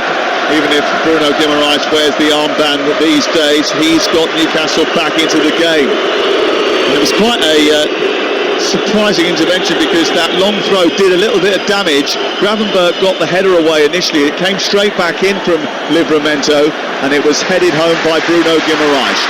2-1 to Liverpool. But look what's happened instantly. They're still a goal down, but it's got the crowd and the fan base believing that something can happen. The players are now playing with a tempo, and I've just saw Virgil van Dijk. Long ball up through the middle, looking for the run of Harvey Barnes. Kanate shepherding him, heading the ball away. And Liverpool do have the tendency in these matches, in many matches actually, to sort of just slacken off at certain times. They sort of go into a bit of a doze, don't they, in the midpoint of a game when they've got in front. Yeah, and again, I just saw Virgil van Dijk there, just got to Kerkez, in not so many words, keep switched on. Because again, at Bournemouth, you're not used to this. Everything's scrutinised. That's really poor defending at the back post from Kerkez. You've given this Newcastle team life, and I think this is a learning curve for Kerkez as well. That when you're at Liverpool, the expectation is that we kill teams. We don't invite them to come back, and he's going to want this team to be a bit better. Well, can Newcastle United harness the power of St James's Park and get back level in this game? They trail by 2-1. Barnes has got it halfway. One-armed Tonali is running down this right-hand side. He's holding his elbow so tight to his midriff because he is not 100%. His shoulder, I think, dislocated. It was popped back in. He's taken some painkillers. He's holding it in that manner where you know that he's not okay, but he's trying to go through the pain barrier for the team. Yeah, and again, it just shows that the calibre of the man. When you look at where he was this time last year to where he is now, this Newcastle fan base love him, and he's been exceptional for them. Joel Linton calling the shots in the middle of the park. There's an extra bit of belief now about Newcastle, where I think all hope had gone moments ago, but that long throw into the box has caused problems for Liverpool, and all of a sudden there's renewed belief about this Newcastle outfit. Finished 7th last season and moved up into the Champions League places this last season, so the season before last, 7th, and then they moved up into the Champions League places, 5th position at the end of last campaign. There was a collision here on this near side, and Tonali is down again, and I think actually he landed awkwardly after a bump, and he's holding his head now. Yeah, no, he's just feeling the pain, and it looks like he's quite emotional as well, because he's just in serious pain. They're going to have to bring him off. He's gone through the pain barrier for his team, but also as well, it was Wirtz who caught him in the side of the face. It was nothing to do with the shoulder. Yeah, there's nothing in that.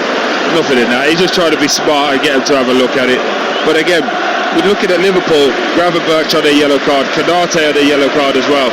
So you're going to expect that any time one of these two guys makes a tackle or a mistake, that this fan base is just going to remind, and I'm sure Jason and Eddie will just let the fourth official know, anytime these guys make a mistake, we want it levelled up. Well, they are combative and they are competitors, Newcastle United. They will not give anything up. Jacob Murphy warming up down in front of us. Jacob Ramsey warming up as well.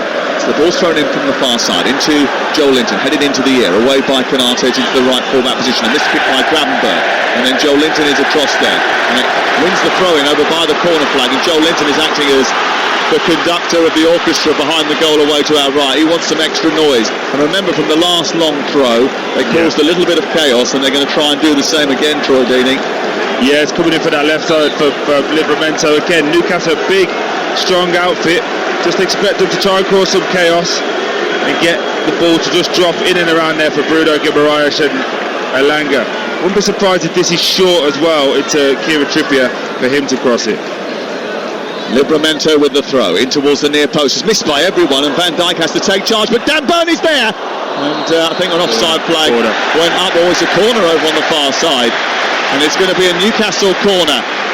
Alisson caught the ball from Dan Burn's intervention, but the ball had already gone out of play. It's a corner to Newcastle United, and Liverpool, who just 10 minutes ago were home and hosed in this game, now finding themselves just a little bit more nervy. They've got to show some resilience and backbone to get over this Newcastle pressure. In front of the Gallagher, this set piece to be taken by Trippier far side. It's 2-1 to Liverpool. Ball in towards the near post, and it's a spicy one from Trippier that's just about punched by the goalkeeper. He drops under the crossbar. He punched it at the second attempt. He comes out to Burn. Overhead kick. Joel Linton attacks it. Hits the back of the defender. Kirkes is cleared away. They were rattled there for a moment. What a delivery from Trippier into that near post. It almost outfoxed Alisson. What a ball. Real pace, real intent from Kieran Trippier there. Put it in there with so much venom on it. Just think as well, Newcastle just believing a bit more now, and Liverpool actually started to waver, started to wonder. We haven't mentioned Mohamed Salah at all in this game. Where's he been in this moment? Normally he would pop up, wouldn't he, with an amazing run, or at least a shot or an assist. This moment in time, we just need the big players to step up. It's Virgil van Dijk or nothing at this moment in time. It's another Toon torpedo that is being tuned up by Tino. He's standing on the far side, level with the edge of the penalty area. He's ready to catapult another long throw into the box. The referee, Simon Hooper, just having a word with Konate, who's already got himself in trouble once tonight. Joel Linton is in there too. Dan Burn, obviously the dominant figure, almost like a skyscraper in the midst of a load of mid-rise flat buildings. The ball launched into the near post. Burn gets a flick on. Player goes down inside the penalty area. Cher wants a penalty, not going to get it. Headed back forward by Trippier, and then back over the top, and then, I don't know what Gakpo was doing. He didn't know what was going on. He's kicked it out of play down by the corner flag, and away for another throw-in. Cher having a word with Simon Hooper about the claims for a penalty. Joe Linton doing the TV sign at Simon Hooper. Lewis Miley preparing to come on. And Newcastle United preparing to take another throw from this near side. And again, Tino Livramento comes across and gets ready to launch another searching ball into the box. And with the rules that they've got as well, though, Sam, you're going to see more long throw-ins now, because you saw it yesterday with Fulham, with Bassey. As soon as you flip somebody around or go down, you're opening yourself up, aren't you, for penalties. Yep, sustained holding being marshalled in this new Premier League season. Poor old Sandro Tonali's not going to be doing any sustained holding for a while. Immediately down the tunnel to get treatment on that shoulder as he's replaced by Lewis Miley. As we've still got 25 minutes to go. 2-1 to Liverpool. It's Newcastle on the attack. Livramento into Byrne. Joe Linton goes down this time. Picked up by Cher, trying to turn away from Kirkes. Inside the penalty area, twisting, turning, firing the ball centrally. It's away by Szoboszlai, cleared from inside the 6-yard box after a spicy ball right across the face of goal by Fabian Cher, who did brilliantly to hold it up and superbly to turn it across the 6-yard box. It's a big chance. It's a huge chance again. Newcastle just keeping the ball alive. They're asking the question again with Joe Linton and Gravenberch. Look, he's standing his ground, but he's all over him. He's all over him. They have to look at that. This is the problem with refereeing for me, Sam. It's so inconsistent. That's more of a foul today than that was yesterday with Fulham. And they're not even looking at it. Well, the issue is here is that we obviously, because of what we've seen over the weekend and what we've been told, we're expecting those sustained holding issues to be monitored by the VAR. And certainly his arms were around his midriff. I mean, if the excuse there that his arms weren't closed around him and that he was just sort of almost bracing him.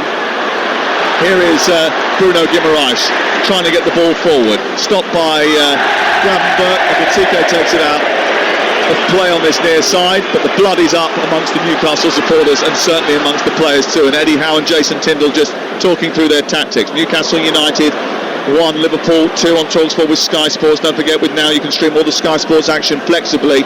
Like Newcastle Liverpool live right now, search Now Sports. Here's Troy Deeney watching Dan Byrne wiring to a big old tackle over on the far side. He doesn't do anything but big old tackles, does he, big Ben? He just lined him up, so he let Wirtz get near it and then come and just wiped him out. But someone's just got to get hold of Bruno Guimaraes. I know he's doing it for the crowd and the fan base and trying to get them up. But we saw what happened with Anthony Gordon, already on a yellow card. He only needs to get it wrong once and he's off this pitch, so just needs to calm down a little bit. He's really emotional in this game right now. Gravenberch sent it wide towards the right. Salah, a rare touch for him. He's given the ball away again.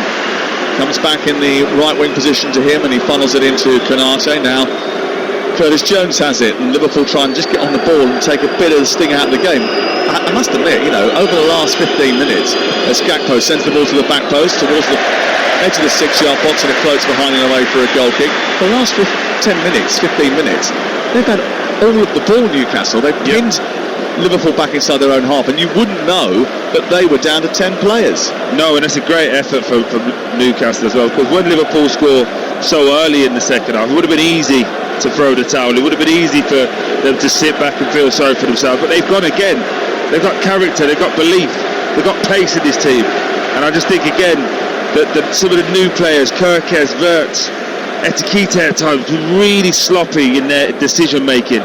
Also, again, we're not allowed to talk about him because his record's so good, but we haven't mentioned Mohamed Salah at all. He hasn't been in the game at all. I think we've said it a couple of times, but the fact that, he hasn't had an influence on the game like you would expect Mo Salah to have an influence on the game. And actually going back to the final, of the Carabao Cup, he had a really unusually subdued performance that day. He didn't record a shot or create a chance and only touched the ball once in the opposition penalty area. And you just wonder whether or not Livramento has got his number again today. Ball sent into Jones, edge of the area. Miley went towards him to try and put him under pressure.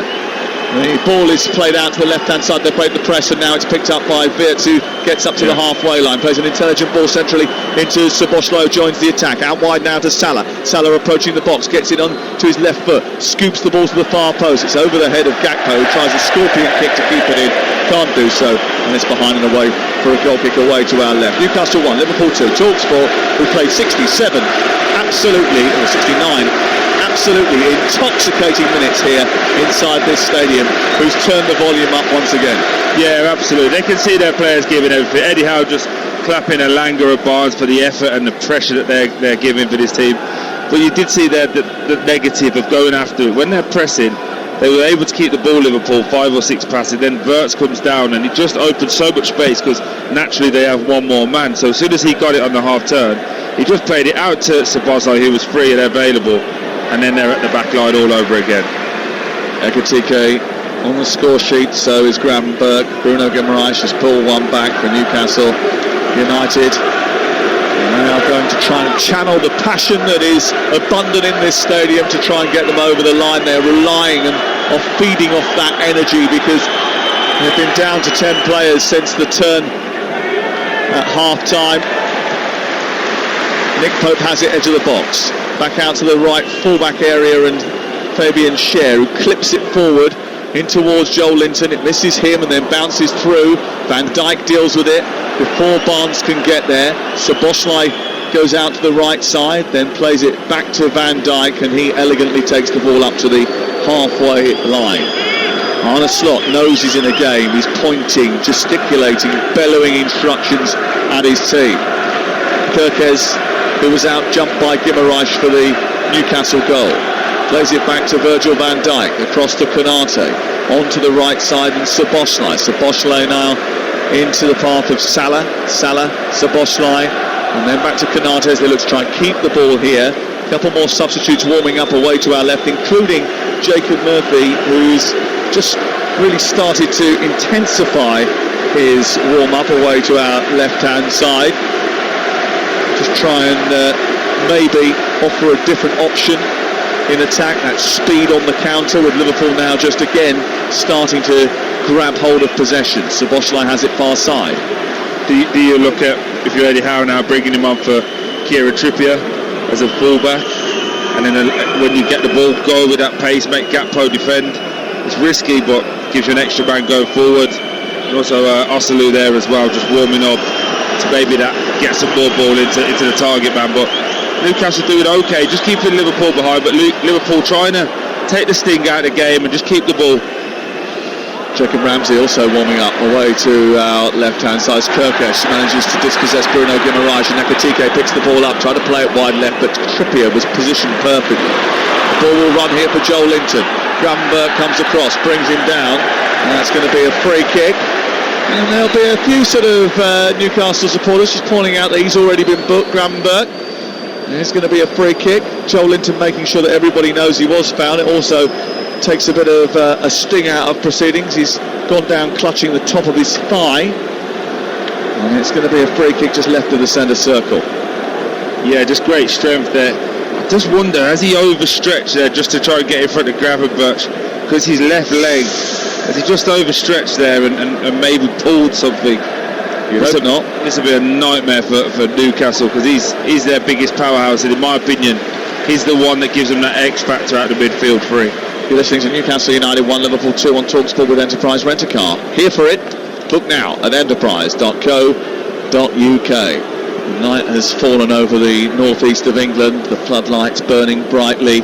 There's a sizzling atmosphere here at St James's Park. And it does look as if they're going to have to make a change here, because Joel Linton is laying prostrate on the ground just left of the centre circle, and Dan Burn has done that circular move with his hands, which is the universal symbol for substitution, please. And he doesn't look happy at all, Joel Linton. Yeah. He's pulled the shirt up over his face, and that means yet another problem for Eddie Howe to have to decide. I mean, look, if they get anything from this game now, it's going to be an absolute miracle. But the fact that they've had a man sent off, they're already playing without their star striker, and they've got an injury to Joel Linton, is a real issue for him, isn't it? Yeah, just seeing him down as well in tears. It looks like something's popped, again, I'm no medical expert, but having played enough, you can see when somebody feels it's not the leg that he's gone with, it's his standing leg which has caused him the problem. Looks like they're making a triple substitution just down below us as well, but he's not happy at all. He obviously ended the end of last year injured as well, wanted to get some momentum up and going, but just can't stay fit. It's a shame because he's an unbelievably talented player. Yeah, he missed 10 games last season because of a knee injury, and they really felt that, and they will feel his absence as well. Lewis Hall is about to come on for Newcastle United. Just wonder what that means for the reconfiguration of the team. We're going to see Jacob Ramsey for the first time in Newcastle United colours, and Will Asula, I think, is also going to come on as Newcastle look to try and drag themselves back into this game.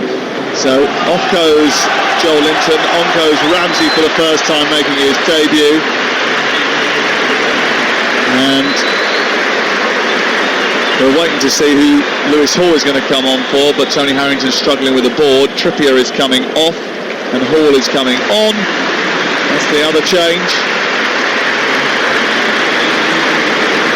And the final change, Will Asula, who I think actually did himself a few favours during the summer, scoring goals for the under-21s.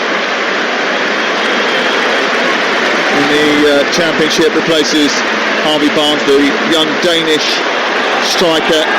Comes on, showed a few glimpses in cup games, got a fine looping header in April's league game against Ipswich as well. And he comes on to try and lead the line and drag Newcastle United back into this game. It's a shame for Joel Linton and for Newcastle that this game seems to be getting away from them. But again, an opportunity to see Ramsey now in the midfield. Miley's in there as well, so a bit more youth and legs and energy in there. But a big chance for Asulu as well. Player I really like. Hall sending the ball towards Will Asula, but it's cleared away by the midfield of Liverpool. Share's gone down, needs some attention. Liverpool continue at the other end of the field. Even Alisson's calling for the game to stop. The ball's played to the edge of the area. It's mopped up by Jacob Ramsey in front of Ekatike.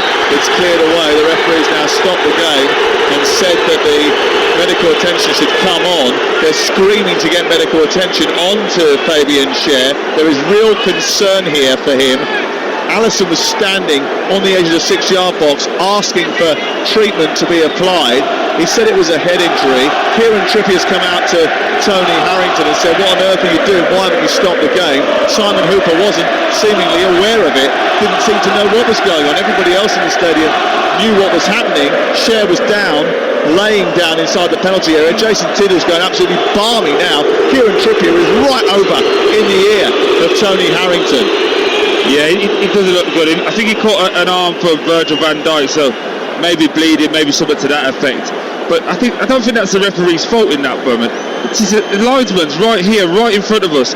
You've got to be communicating that he's head down. Not only has he got a head down, every single person is letting you know. The Newcastle bench is letting you know. Konate is letting you know. And Alisson. This is not the referee's fault. They work as a team. Speak. It's not the referee's fault, but Adrian Holmes, who is the assistant on his near side, has got a headset and he's constantly in communication with the referee. He should have been able to pass the message on, so he should have been made aware a lot quicker than he was. Can the fourth official not say the same as well? Yeah, absolutely. He's in control of it. And of course the VAR can speak to him whenever they want, and if they see something like that, they can react. I feel sorry for Simon in this situation, because obviously he's trying to keep up with play. He's got his back to it. He can't see what's going on, but yeah, I think I'm right. It looks like Schär's took an elbow off Virgil van Dijk because they've gone for the header, and obviously he's bleeding, which is why Alisson is calling for someone to come on and look. But it just mismanagement here. We give referees a lot of stick, but in this situation, help him out, work as a team. Virgil's got up and headed it. Yeah, he's just caught one on the top of the head. No intent there at all. But Simon's trying to keep up with play. As a team here, that's a real disappointment. Again, Howard Webb will come back in about 6 months to tell us that maybe that was done wrong. But listen to the referee, the abuse he's getting now. That's not on him, that's on the rest of his team to help him. Connor Bradley and Federico Chiesa are about to come on for Liverpool as they make changes towards the end of this game that they hope to see out. There's 10 minutes left of it, plus a hell of a lot of injury time. and off comes Florian Wirtz.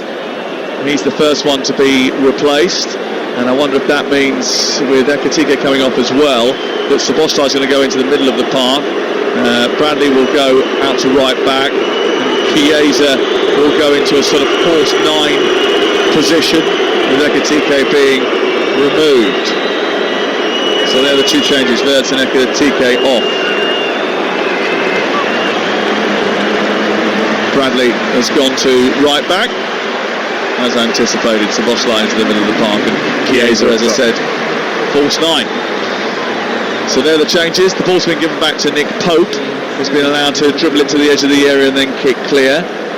Another change for Newcastle United, with Malik Tiao about to come on. Cher still up at the moment, so they're down to 9 players. Here's Ramsey down the left-hand side, driving into the box. A low cross which is blocked by Bradley. Picks it up again over on the far touchline, and then it's sent into Lewis Miley. Into Byrne. Has to do a little bit of skill to get away from Salah, and he did well. Played into Livramento. Lovely little Cruyff turn by Dan Byrne.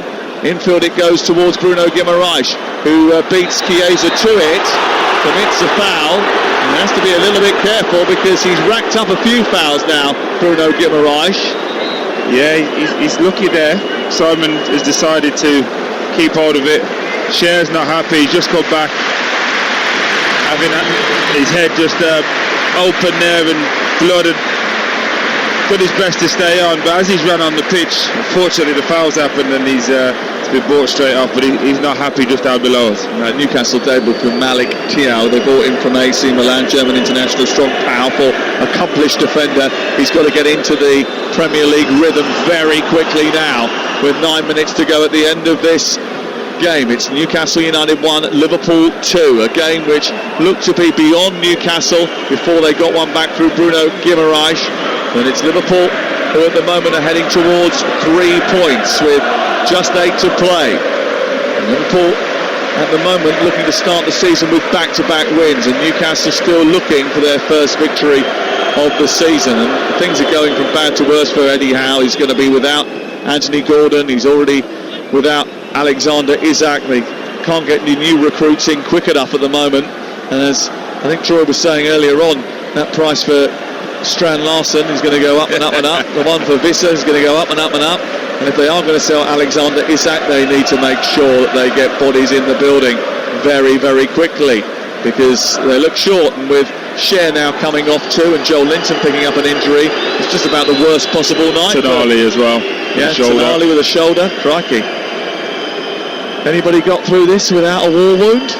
Newcastle 1, Liverpool 2. And you'll have your say on the sports bar, I'm sure, straight after we finish here. 03717 2233 44. That's the number to call. 03717 2233 44. Livramento backpedaling, tries to get back to the edge of his own area to mop up a long ball which was hoiked over the top of the defence. He tries to play it against Cody Gakpo, and it goes out of play and away for a goal kick, away to our, goes out for a throw-in actually down by the corner flag, away to our left-hand side. Livramento will take it. Guimaraes comes across. They now made 4 of their substitutions, Newcastle United, but they've lost Gordon as well. Bruno Guimaraes and Elanga trying to appeal for the throw to go their way. Simon Hooper wasn't having anything of that halfway inside the Newcastle half, and it's thrown in by Kirkes back to Virgil van Dijk. And Liverpool will look to build, and they'll try and do their best to hold on to possession and not cause themselves any chaos or angst going into the final few minutes of this game. Malik Tiao misjudged that. It hit him on the side of the body. It came through to Chiesa, but Dan Byrne got him out of jail with a really good tackle, sliding in to rescue the situation that Tiao had inadvertently put them into. Guimaraes, lovely turn to get away from 2 players and pop it into Livramento, who finds Elanga halfway. He turns the ball in field. Ramsey, good football, Newcastle United. Ramsey drives through the centre of the pitch, through the centre circle and out the other side. Lewis Hall is in the left wing position. His cross is deep. It's over Asula's head and over the head of Van Dijk too, and it floats out down by the corner flag and away for a throw-in to Liverpool. And Jason Tindall and Eddie Howe just saying, squeeze them into the corner, put them under pressure. Again, how many times he's already spoken to Kirkers in the first half about how long it's taking. Get away with it here. Newcastle behind, 2 on the score. This is TalkSport, the sports bar straight after the game. Remember, Jason and Jamie O'Hara taking your calls on whatever you want to discuss. Byrne colliding with Chiesa, showing him what it's like to come up against a 6'7" individual. Malik Thiaw a little bit cultured as he turns away from the pressure from Szoboszlai, gets it to Livramento, who finds Pope, whose long kick upfield comes down from the sky, drops on the head of Virgil van Dijk, and he heads it away. Livramento back, Asula takes it down. He takes it away from Cody Gakpo on this near touchline. He's got Bruno Guimaraes for company. He tries to bundle his way through. Jones is there. Jones goes down, free kick against Asula.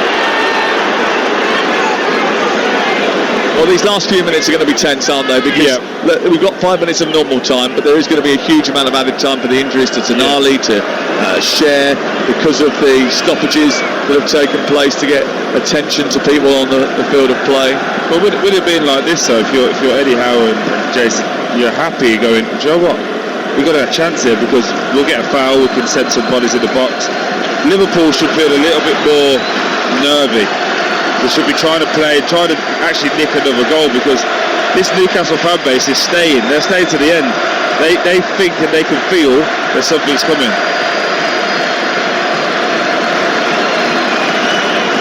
Who can come up with a magic moment right at the end of the game?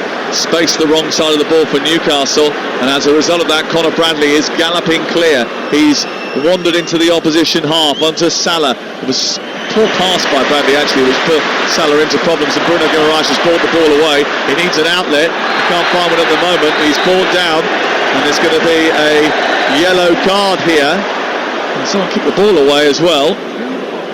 No, Guimaraes just tried to get Livramento just off to the races there. Who was the yellow card for? Bradley. Conor Bradley? Yeah. We're racking those up as well tonight, aren't we? So yellow card for Bradley, who was holding up Bruno Guimaraes. A little bit too eager to try and win it there. I don't think he committed the foul. I think it was Gravenberg who committed the foul. I think it was more the little nip at his heels just beforehand. But again, as I said, look, this whole Newcastle fan base, it just feels like they're going to get one more moment, one more chance. It's a real high line here from the free kick just short of the centre circle, dropped over the top by Pope. Byrne tries to flick it on. Asula is there, tucks it past the goalkeeper, and it's in! It's a late dramatic equaliser from Will Asula for Newcastle United, who comes up with the magic spark in the middle of an electric atmosphere. Monday Night Football screams Newcastle Liverpool, and in the storied history of this game, Will Asula has just written another chapter. For the second time this season, Liverpool have thrown away a 2-goal lead, and 10-man Newcastle may just have rescued a point. It's 2-2. It's Gravenberg and Konate. Just a straight, simple ball from Nick Pope. I told you just seconds ago, Sam, if you're Newcastle, you're happy at this moment in time, because you're going to get a chance. You've got big down Byrne. It's a straight ball. He runs off the back. Konate, he jumps ahead of him. He runs off the back of Gravenberg there, Asulu, and a chance happens. Liverpool just look rattled.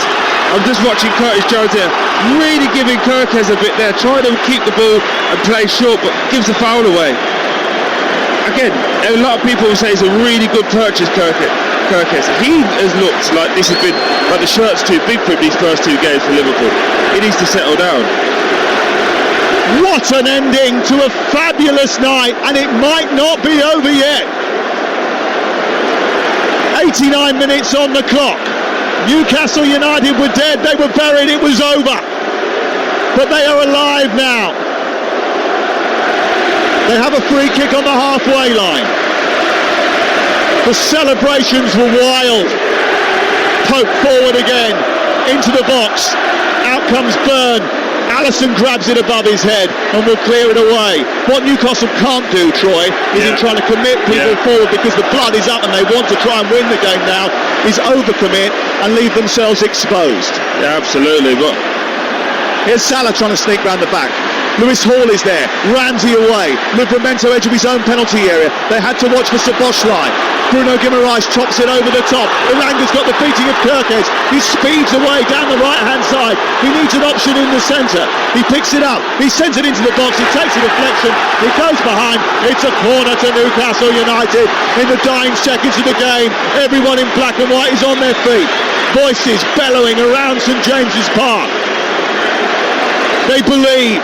They think there could be one last moment to maybe nick it. They took the game to Liverpool early on. They've lost Anthony Gordon to a red card. They've lost Joe Linton and Tonali and Cher to injury. But still they battle on. One more chance. Big Dan Burn. That's what 11 minutes of added on time, Sam. 11 minutes. Wow. 11 minutes. We've still got a long, long way to go. A lot of football to be played yet as well. Curtis Jones is walking off the pitch, by the way, on this near side. And now Arne Slot is saying, what are you doing? We haven't put the board up. Why are we having a substitution? Again, Jones has turned round and gone back in. I don't know what's going on there. Anyway, corner, more importantly, Newcastle attacking the Gallagate, right-footed, in towards the near post, away by Virgil van Dijk, who leaps highest and heads the ball out on this near side. It's away for another Newcastle throw. 11 minutes of added time at the end of the game. The Newcastle players must be absolutely spent. But it's a firecracker atmosphere, Troy Deeney.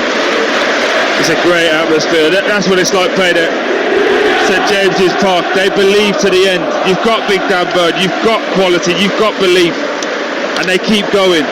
Liverpool have been shell-shocked. I think when they scored that second, they just anticipated that this was going to be 3, 4 and 5-0. Livramento throws the ball in. It's headed out and away for another long throw, which was going to be catapulted into the penalty area by Tino Livramento. A bit of taunting and trolling from the Toon fans. You're not singing anymore to the Liverpool supporters that are high up behind the goal, right at the other end of the ground. All the action happening in front of the Gallagate now, as Liverpool, got full complement of men, are trying to repel 10-man Newcastle into the near post, picked up by Bird, punched away by Allison in front of the goal, and it comes out to the edge of the penalty area. But Ramsey shows his intent, wins it, turns it over, gives it to Bruno Guimaraes. Bradley goes out towards him and plays it against him and wins another corner. It's currently Newcastle United 2, Liverpool 2, and for the latest odds you can head to Ladbrokes, where right now you can get Newcastle to win the game at 11-1, Liverpool to win the game at 3-1. The draw is 3-1 on. That's all thanks to Ladbrokes. 18+, begambleaware.org. It's coming. You can feel it. You can feel that tension building.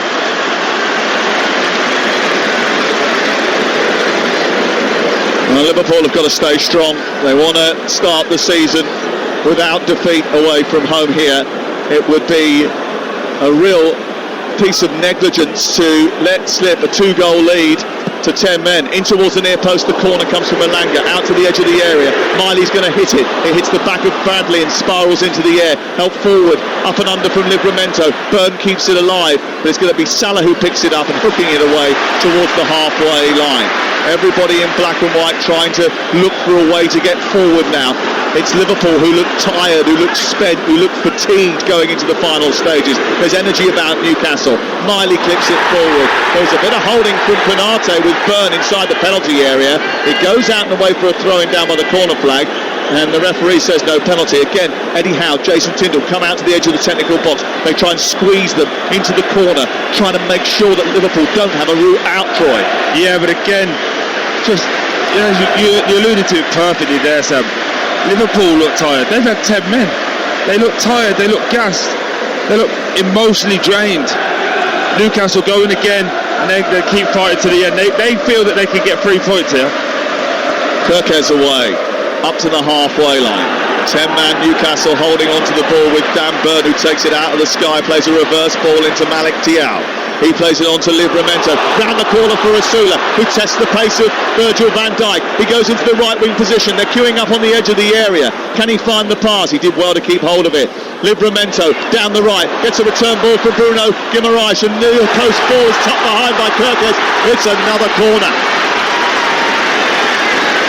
The pressure builds. The white hot heat of the St James's Park fire continues to burn. Can Liverpool withstand the heat? They're going to have to. We spoke earlier about that championship mentality, that winning mentality seems to have gone away. Seems all Newcastle, 10 men Newcastle just pushing this Liverpool team back. Elanga to take it, near side, another corner. Malik Thiaw is up from the back. Ramsey to the penalty area. Byrne being pushed and shoved by Conor Bradley inside the box. A warning from Simon Hooper. I mean, surely Liverpool wouldn't be stupid enough to give away a penalty now, late in the game. We played 5 minutes of the 11 added at the end of the 90. Liverpool were 2-0 up, it's now 2-2 in stoppage time. Elanga with the corner, an out swinger towards the edge of the 6-yard box. Good domineering header from Van Dijk. It's headed away, there's a collision inside the box. Sasula too keen, too eager, bumps into Kirkes. Going to be another change here. Rio Engamoa and Harvey Elliott about to come on. Yeah, Curtis Jones coming off, but really interested in that. When you need your big players for Liverpool to step up, two of the corners that came in, big headers for Virgil van Dijk there, getting after it. Gakpo coming off as well. What a game now, what a game. See, some people don't like working bank holidays. We love it. We love it, Troy. 6 minutes gone. Monday Night Football, 2-2. Kick off on TalkSport here at St James's Park. And remember, you'll be able to react to this, and there's a bit to react to, I think. 03717223344. Premier League All Access podcast will be out tomorrow, by the way, at lunchtime. Make sure you get all of the reaction. Here is Virgil van Dijk, halfway line, plays it to Kirkes, just left of the centre circle. Sent wide to Rio Engamoa, first touch for him, runs at Livramento, tries to go on the outside, the youngster, and then gets to the byline, produces a cross. He was crunched by Livramento. Was that a foul? It wasn't, according to the referee. Engamoa gets back to his feet. How positive is that though from the young man? Just coming on, faced up by two Newcastle players, not afraid, just goes really positive, gets a cross off. He looks like he's got a really exciting future. He did really well in pre-season. They love him, and quite rightly so. Yeah, you can see why. And he's built very well, isn't he? I mean, look at the breadth of his shoulders and his chest. He looks like a specimen already at his tender years. Here is Szoboszlai, forward towards the right, and Konate. 98 minutes now up on the clock. There's still a few to see out for Newcastle if they're to get a point from this, and they never looked like getting a point here as the ball was down the right side, away by Hall. I say never looked like getting a point. There was a point in the match where they didn't look like getting anything from it because they were 2-0 down and down to 10 players. Did really well. But Lewis Hall has held off the assault of Mo Salah, and he's managed to win a goal kick away to our left-hand side. I think it's been a disappointing night for Mo Salah. And when you go back and you look at the statistics, this is a team, Liverpool, that want to win the title, they want to retain the title. They've had 11 players for 45 minutes, more than Newcastle had a player sent off just before half-time. Their expected goals tally is .33. They got 2 goals because mainly they were brilliantly well-struck efforts. They've had 4 shots on goal in the whole match, 3 shots on target, right? Newcastle, obviously a man down, have had 10 shots, 3 on target, and have an expected goals total 3 times the amount of Liverpool's. Yeah, this has all been about application, want and desire. I think Liverpool have been a little bit caught up in thinking they deserve to win this game. Thinking they had won the game. Yeah, but thinking they have the right to win this game. Newcastle have just continued to just keep playing the ball forward, running with intent, running with energy. Just looking at some stats here for Mohamed Salah. 33 touches in the whole game, 3 in the opposition box. He can always pop up with a moment, but it just feels like when you look at the levels he set for last year and you look now, he looks like somebody who's spent. Well, Newcastle getting a point here would be a significant moment, I think. They'd feel like it was a moral victory. 99 minutes played. 11 have been added at the end of the game here at St James's Park. Ramsey's won it. Fuller's made a good impact on the game since coming off the bench. He's settled in brilliantly, straight into the fire and brimstone of this wonderful cauldron that is St James's Park, and the game that has been so fiercely fought and so ferociously competitive right from the very off. Kirkes has it left-hand side. And it has affected, I think, Liverpool as well. I think, the fact that they probably thought that when they went a man up and 2 goals up, it should be easy to see it out, but it's never easy against Newcastle. Is there an argument to say that taking Wirtz off at Etikite early on was a bit rash? Well, we'll go back to that as Salah comes into the box. It's left Engamoa to finish it. He's won it! Rio Engamoa, the teenager, has come up with a moment right at the end of a dramatic game at St James's Park to win the match. The ball in from the right-hand side, a step over by Szoboszlai. Engamoa, the teenager, coming in at the far post. And he himself has written his name into folklore with a dramatic winner. Just when Newcastle, who had fought back from a forlorn position, thought they were going to get a point, Rio Engamoa has stolen the show. Newcastle United once again beaten by a dramatic late winner on a Monday night against Liverpool. It's like history repeating itself. Rio Engamoa with the goal, Liverpool with the 3 points, and Newcastle are stricken. Well, Mo Salah's going to get the assist for this. This is all about Szoboszlai. Runs over the ball, takes Livramento in with him, and the young man Rio, just with calm toes. You can see why they love him. What a finish. Thierry Ries opened up. He just looked like he was going to score the second of it. What a moment for the young man, and what a moment for this Liverpool team. Wow. He is sweet 16.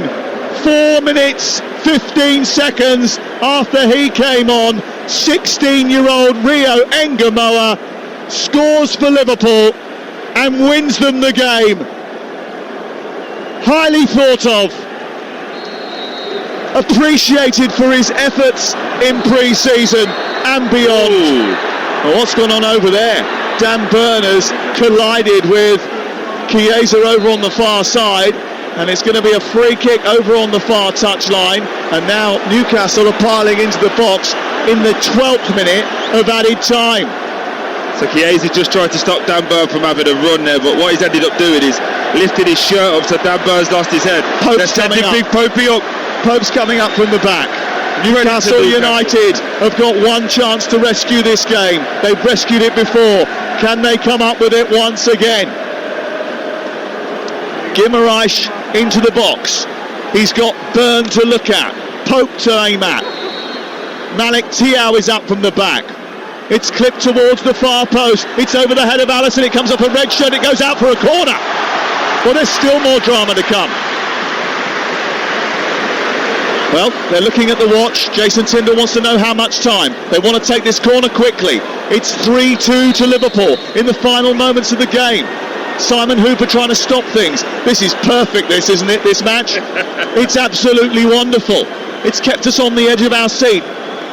A gripping encounter from start to finish. Is there one more twist in the tail? It's sent in by Hall under the goalkeeper, headed away by big Virgil van Dijk. A brilliant moment from him. It goes back out to the left. It goes out of play. It's a Liverpool throw, and Newcastle United might finally be neutered. Big moments in the game. I spoke about it earlier. Virgil van Dijk yet again. Massive header underneath his own goal. Just flicks it away there with Dan Burn looking like he's going to score. Massive header. Rio Engamoa, 16 years of age, and he won't be 17 for a couple of days yet. His birthday celebrated at the end of the month, but he won't forget that moment. He won't forget that moment, not by a long shot. Players come, players go, managers turn up, managers are dismissed. A lot changes in the life of a football club over the course of a decade, but one thing is almost always constant. Liverpool always beat Newcastle in the Premier League. They do not lose at St James's Park. An epic encounter sealed by a 16-year-old with the key moment that means it's 10 years since Newcastle last beat them in the Premier League. That wait is going to go on, but it was a terrific spectacle, an undulating encounter full of incident, intrigue, bravery and super sharp shooting. Liverpool have been a thorn in Newcastle's side for so long, and in the intense white-hot atmosphere set against the backdrop of a striker tussle, Arne Slot has won this battle. And you know what? You just wonder if he might just win that war too. Full time and an absolutely spent St James's Park. Newcastle United 2, Liverpool 3.